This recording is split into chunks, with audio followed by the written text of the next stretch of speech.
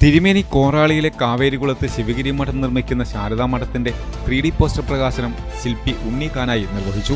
ഈ വാർത്ത നിങ്ങൾക്കായി അവതരിപ്പിക്കുന്നത്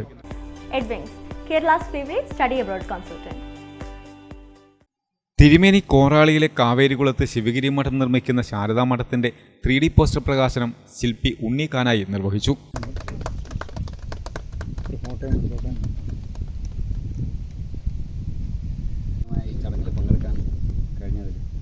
കുറേ കാലത്തൊരു ആഗ്രഹമായിരുന്നു ഇവിടെ വരണം എന്നുള്ളത്. അപ്പോൾ സ്വാമി ഒരു സ്കൂളിലെ ഒരു വാർഷിക പരിപാടിയായി ബന്ധപ്പെട്ട് അടുത്ത് സംസാരിച്ചപ്പോഴാണ് സ്വാമി അടുത്തറിയാൻ വേണ്ടി സാധിച്ചത്.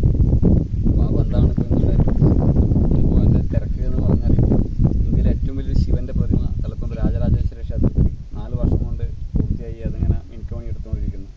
അതുകൂടാതെ തിരുമേനി SNDP LP സ്കൂൾ റിട്ടയർഡ് മുഖ്യാധ്യാപിക VN ഉഷാകുമാരിയിൽ നിന്നും ആദ്യ സംഭാവന സ്വീകരിച്ച് ശിവഗിരി മഠം സ്വാമി സുരേശ്വരാനന്ദ നിർമ്മാണ ഫണ്ട് സമാഹരണം ഉദ്ഘാടനം ചെയ്തു.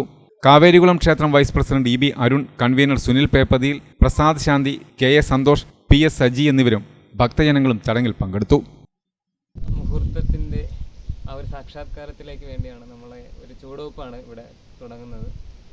1912 വിദ്യ കൊണ്ട് പ്രബുദ്ധരാകുമെന്ന് ഗുരു പറഞ്ഞതിൻ്റെ സാക്ഷാത്കാരമായിരുന്നു ശിവഗിരി മഠത്തിലെ ശാരദാക്ഷേത്രം.